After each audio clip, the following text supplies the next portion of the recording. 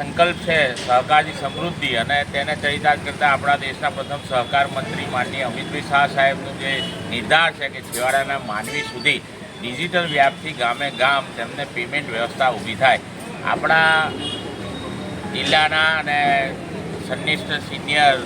આગેવાન અને આ વિસ્તારના ધારાસભ્ય માનનીય પંકજભાઈ સાહેબના માર્ગદર્શનથી ખૂબ સરસ રીતના તેમના હાથે પ્રથમ વખત ટેબ્લેટ બેન્કિંગથી તેમના ઘર બેઠા ડોર સ્ટેપ બેન્કિંગથી તેમની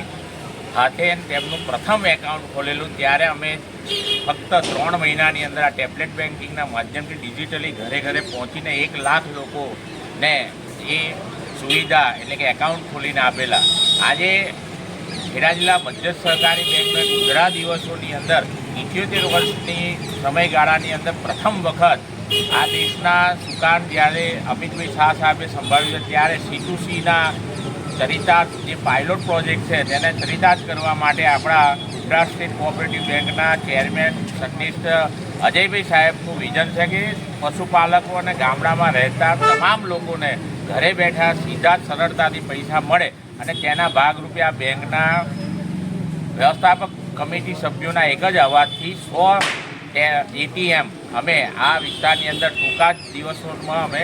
મૂકવા જઈ રહ્યા છે. તેનું આજે આ પ્રથમ લોકાર્પણ આપણા વિધાનસભાના ધારાસભ્ય અને માજી દંડક શ્રી પંકજભાઈના હાથે